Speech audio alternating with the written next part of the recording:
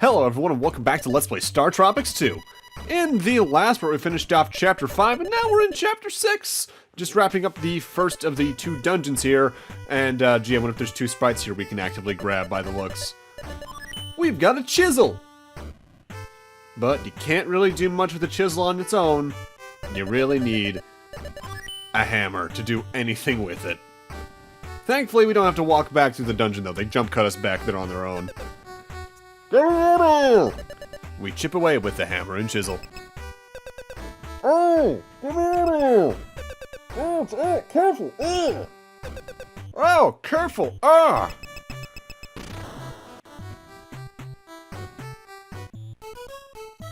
It's the famous artist Leonardo da Vinci!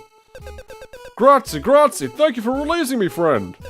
I was just putting the finishing touches on my new masterpiece when a monster blasted me with liquid plaster. His name was, Soda?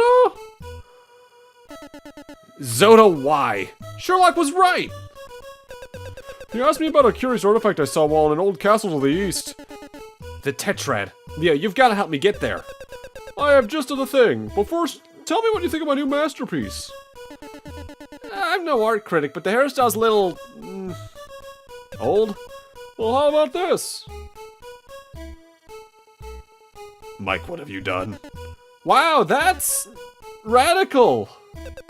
Now hurry, an invention of mine will take you to where I saw the artifact. Take this weapon too, it's a souvenir of Marco Polo's from the Far East.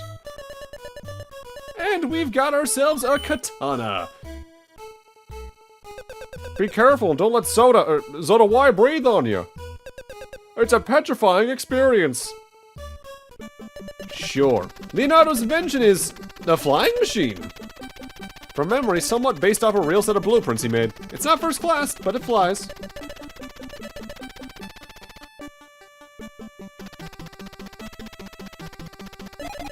Oh, hi. Mike, can you hear me? Mike, can you hear me? Oh, I found you. I can sense that you're flying. Mika, you wouldn't believe what's been going on. Blah, blah, flying machine, blah, Zoda, blah, Leonardo. Things have been crazy here, too. Aliens came to Sea Island, hypnotized Dr. J, and found out how to time slip. They're after the Tetrads, and they may be setting a trap for you.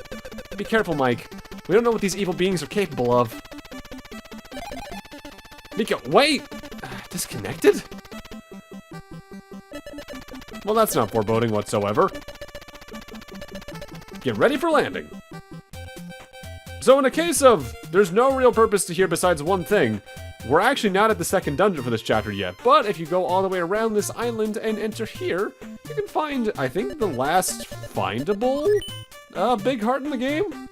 I don't think there's another one you can just find in level design moving forward, because the next two chapters are very small physically when it comes to the actual level design.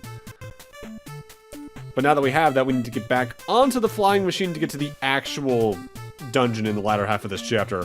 This kind of goes into what I brought up, I forget if it was last part or 2 parts ago now, where the game tries very hard to have 2 generally smaller dungeons in every chapter, and the only real standout example where it doesn't do that is Chapter 1 and Chapter... probably Chapter 6 or 7, I forget which one it is. But welcome to the Island Castle.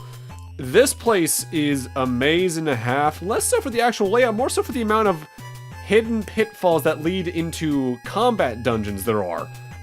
If I look like I'm taking a weird path around areas, it's because I'm doing so to deliberately avoid pitfall traps into subdungeons. There are 2 you need to do no matter what, but I'm taking this very specific movement path for that exact reason. In fact, I think we're coming up on the first required combat dungeon right up here. Most of the combat dungeons here are very small. They're at most like 4 rooms big. But you don't want to waste too much time in here because this place is honestly pretty large. And there's not much you get for exploring the other areas. Like right here, this is I'm taking my time just to make sure I don't fall down into the pit. The second required combat dungeon here is a bit of a weird one here in this intersection here because there's going to be 4 doors you can take after taking care of this enemy. which direction you go to takes you to a staircase that takes you in that direction in the previous room. We want to head straight north. Going east or west takes you to a dead end, ultimately, if not another small combat dungeon. This place could be long if, on a first playthrough, you're just trying to explore and figure out which way to go. It's a case where just knowing where to go completely shortens the experience. This castle could be upwards of 4 times as long, if not more, if you're checking every place. We're close to the Tetrad, though. There's still invisible pitfalls in this room, though, so be careful. But there we go, that's number 5! And I believe that means we also get a health up, but hey, that means the chapter's pretty much over. We're either gonna get jump cutted out of here or see a cutscene before we leave. And then it's on to the next chapter. Flashing light warning coming up, by the way, more than usual. Wait, you hear an evil voice bellowing from beyond. Oh boy.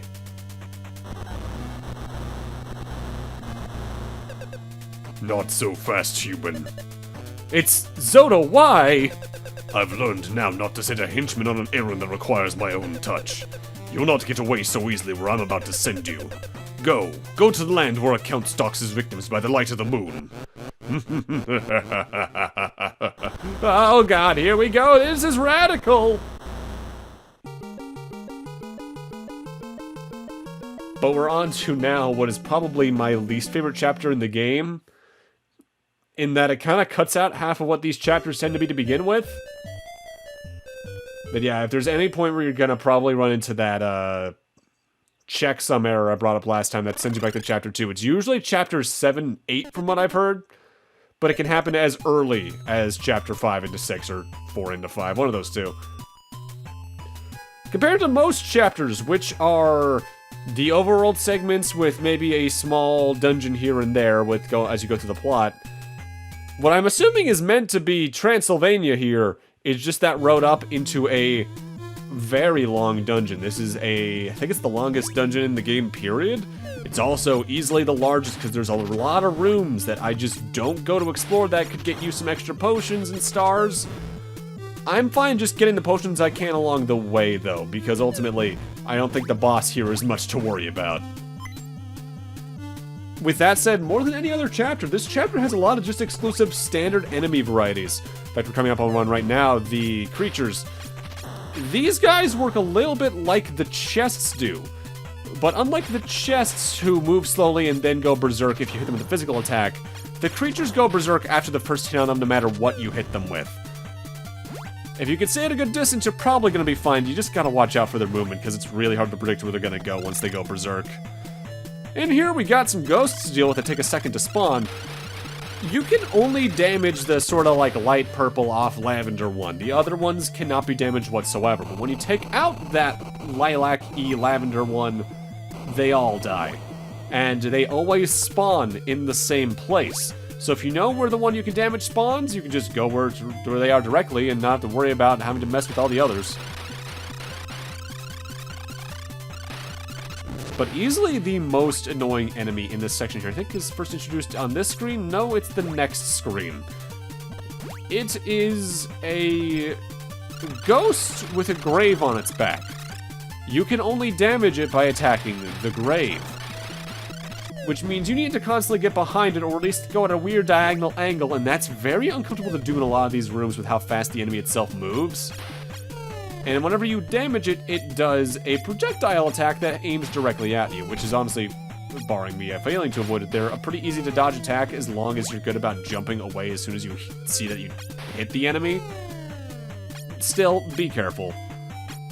They give you plenty of potions here if you go for all of them, but if you're just trying to speed through, this place can be dangerous. That is not a bottomless pit there, that is a pitfall that leads us into another section of level, thankfully. Ooh, and there we get the Tri-Star. That is technically the best weapon in the game when it comes to the sub-weapons. Higher damage than anything else in the game. It does 3 damage reaction, of which I think the Spike Disc did the same amount now that I think about it. But it fires 3 in a row in a bit, or 3 in a arc, a little bit like a Contra spread shot. It's really good. On that note, by the way, the katana we got, forgot to mention this in the last dungeon, it is stronger than most weapons in the game. I think if I were to say the axe is 1 damage, I think the katana's like 2 or 2.5? So, stronger, but there's a better weapon still yet to come. So the way this dungeon is set up, it's about 4 or 5 floors from memory, and you fall down in this chain of rooms over and over again to get from one floor to the next. If you fall down from floor 1, you end up back at floor 5, so to speak. That is where the big size of this area comes from, because each of those floors has several chains of rooms off the main branching one. Personally, I'm not messing with a lot of it. By the way, the purple mage enemy we saw a few moments ago, the way that thing works is it stays towards walls usually, and whenever it spawns an orb, that's its attack. If you attack the orb flies into you. But if you're patient and just kind of wait for it to be in a good vantage point, you can just completely avoid any kind of attacks from it whatsoever. It's a very passive enemy to fight. And from memory, I think we're coming up on another annoying enemy type, a floating green mage up here in this next floor. Am I right about that? Yes. The way this thing works is that it drops bombs. The bombs explode, which leave residue around their initial explosion that can hurt you, like so. But the bomb itself also sends out 8 projectiles that go in, I think, 2 patterns. It either goes in the main 4 cardinals and intercardinals, or the inter-intercardinals. So watch out and stay at a distance from its bombs, because they hurt no matter what. This dungeon does make me wonder, though, because of its scale. If we had gotten a proper StarTropics 3 on the Super Nintendo, what would they have done to really advance the formula besides some control ironing out, I guess? Like, they could do a thing maybe where Psychic Shockwave's successor and the physical weapons could have been on 2 separate buttons, like Y for physical, X for Psychic Shockwave type stuff. But what would they have used, like, the L and R button for, besides maybe scrolling through the sub-weapon types, or maybe some new mechanic where there's, like, a sprint button? Again, I really am surprised we haven't really seen many indie games that take a lot of direct inspiration from StarTropics. And I know part of that is probably because, again, this was only released here in the States, so that inherently limits the people who could take inspiration from it just to people in the States, barring people playing these games nowadays on, like, virtual consoles or emulators. But it's still kind of weird to me. And again, if I'm wrong about that, hey, tell me some games inspired by this. I'd love to play some that take any kind of direct inspiration.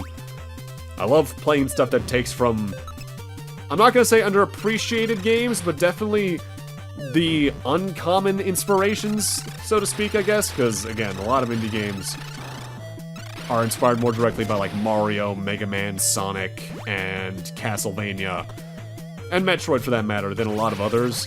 So a game like this coming out would be real cool to see.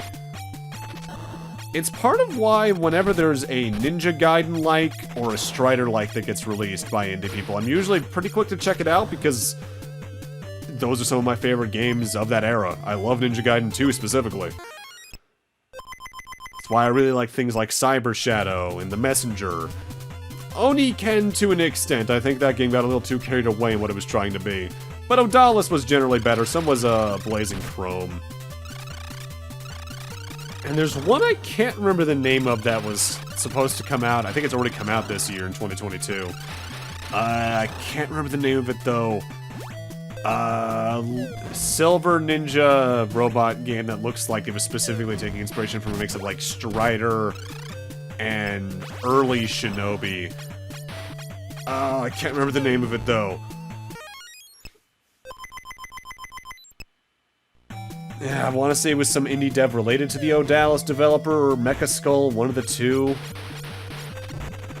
I can't remember. I'm going to need to look into this afterwards because I genuinely cannot remember the name of this game. And by the time I probably hit that stop record button, it'll have already left my brain anyway. With that said, this bat room is the warning for the boss fight just about, so be careful and make sure you grab any items you can in here because you're probably going to want them because, boss fight of this chapter is a little rough. Boss this time around is Zoda once again, but this is Zoda-Y. Phase 1, he's going to be teleporting all randomly across the top half of the screen, sending out a contra spread of projectiles as well as a bat that tries to home in on you. Using the Tri-Star here is pretty good because it has a pretty good spread and will probably hit both him and the bat spawn. But you want to be careful because those spikes behind you, they're not instant kill. but they do some pretty hefty damage. If you get him around here where he's like above the last tile on either extreme side, his fire won't tend to actually hit you if you stand as close as you can to him. But you still gotta be careful. Also, be careful with the bottomless pit because jumping in that is instant kill. But unlike Zoda-X, who transformed and then died, Zoda-Y actually transforms and fights you. Now he's not only a lot faster with movement, but he fires more projectiles, more bats, and he has a gigantic wind-based attack that sends feathers at you which hurt on their own, but he's trying to also push you into the spikes. This fight is rough. I'd say this is probably the third hardest boss fight in the game next to the minor and probably the final boss, ultimately, honestly. Hopefully, as long as you got to this place in one life, you should have enough tri-stars that you can take down that boss in a single set. But if you have to start relying on the Psychic Shockwave or Katana, don't worry too much because, hey, this game may be easier than StarTropics 1, in fact, easier than a lot of the NES hard catalog tends to be. But it still puts up enough of a fight. Ah, the block piece, my second favorite, next to the line piece. That's 6 down, and that UI really looks like it only has enough room for one more, so we gotta be getting close. I really let that stand there for a while, but there is a little bit of stickiness in this game's text boxes and menus where sometimes, as hard as you mash, they won't progress until a certain amount of time has passed. And I think the end of chapter ones like this tend to be the most guilty of that. 3 hearts left to go. And we're done here, so it's time for us to look in that book and get flashbanged once again and go on to our next time zone. Let's see, we've had Sherlock Holmes, we've had Count Dracula's Castle apparently, so that's 2 fictional ones in this otherwise supposedly historical game. I wonder where we're going next. If you think it's going to be historical again, your optimism is fascinating. Because Chapter 8's arguably the most immediately, oh, okay, out of all of them. To find out why, let's decide to look around and see if there's anyone to talk to. Well, we can see what looks to be a knight up there. As well as another one over here. Hello? Odds Bodkin's a stranger. He thinks you should see the king. Okay.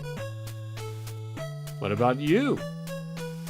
The shadow of a dragon looms heavy over Camelot. The king seeks a hero to save us. Really, Arthurian legend? Sure. I am Sir Lancelot. No doubt you've heard of my great and wondrous adventures. I would fight the dragon in the Northern Cave, but my schedule is quite full. So many quests, so little time. Sure, Lancelot. Sure. The king forbids citizens to travel beyond this point. Okay. Arthur, our king, is a very strong and important man. You should see him at once. I believe talking to her is technically required, by the way. But with that, I'm going to need to end this off here. Thank you guys for watching, and in part 6, I guess we're going to go see King Arthur. See you guys then.